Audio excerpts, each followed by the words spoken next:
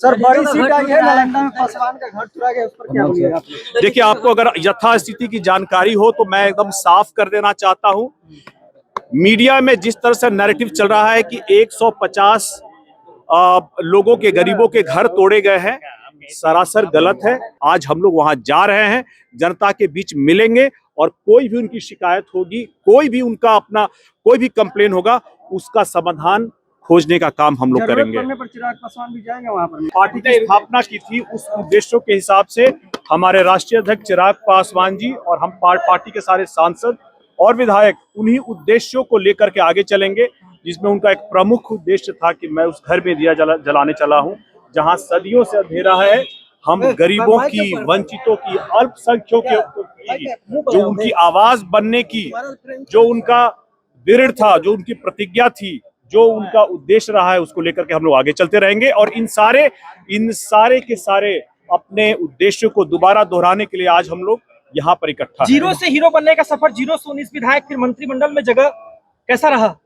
देखिए, ये स्वर्गीय रामविलास पासवान जी की ताकत है, उनके द्वारा दी गई ताकत है हमारे नेता चिराग पासवान जी के लिए, जिन्होंने एक सांसद से अपने आप को 5 सांसद और फिर 19 विधायकों के साथ बड़ी पार्टी के रूप में स्थापित किया है। ये हमारी पार्टी के लिए एक बहुत ही ऐतिहासिक माइलस्टोन है, लेकिन हम लोगों को इससे आगे जाना है और उससे पार्टी आज यह भी तय करेगी कि आने वाले समय में पार्टी कैसे बड़े माइलस्टोन को तय करेगी, कैसे अपने सारे कार्यकर्ताओं को समाहित करने का प्रयास करेगी। इस बार हमारे पास सीमित 25 सीटें थी विधायकों के लिए और सीमित 5 सीटें थी सांसदों के लिए, लेकिन आने वाले समय में पार्टी कैसे लोगों की आवाज बनकर उनके लिए आवाज उठा करके अपने दायरे को बढ़ाएगी और अपने कार्यकर्ताओं को और जो भी समाज के लिए काम करते रहे हैं, मजबूती से जनता के लिए आवाज उठाते रहे हैं, उनको भी मौका मिल सके, इस पर भी आगे मार्गदर्शन और रोड मैप दिया जाएगा। अरुण जी, एसआईआर को लेकर के बंगाल में भारी विरोध हो रहा है। देखिए,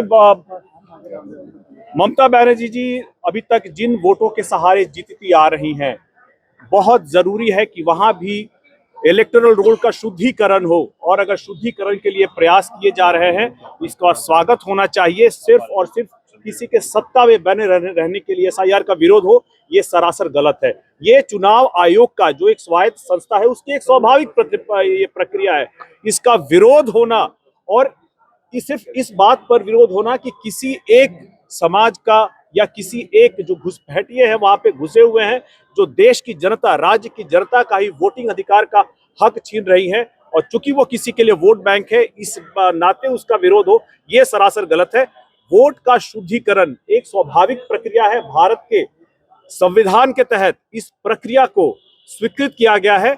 अगर उनके पास कोई सही ठोस आधार है एसआईआर को विरोध करने का, तब उनको देना चाहिए। नहीं तो एसआईआर के माध्यम से अगर देश के नागरिकों के विरोध का हनन हो और देश के नागरिक ही वोट नहीं दे पाए, तो ऐसे में एसआईआर बहुत जरूरी है। विपक्ष कह रहा है कि बिहार में जो आप लोग को जीत मिली है, महिलाओं को अगर 10,000 रुपया नहीं देते तो आप लोग को जीत नहीं मिलती। आपने वोट खरीदा 10,000 महिलाओं। ये फर्जीवाड़े की जीत है, ऐसा आरोप। जनता का पैसा अगर वापस जनता को दिया जा रहा है, समाज को दिया जा रहा है ताकि समाज को आगे बढ़ाया जा सके, तो कहां से ये गलत है?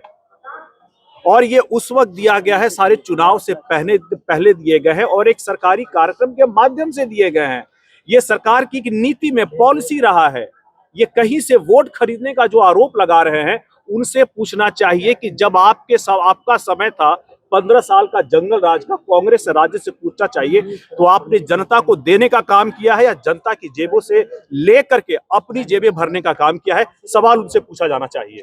भारत में बाबरी मस्जिद का भूत इधर देखिए, ये लगातार इस तरह के बयानबाजी करके, सीधे बातें बोल करके जनता को, समाज को, देखिए इस बार सारे समाज ने, मुस्लिम समाज और यादव समाज ने भी एनडीए को वोट दिया है।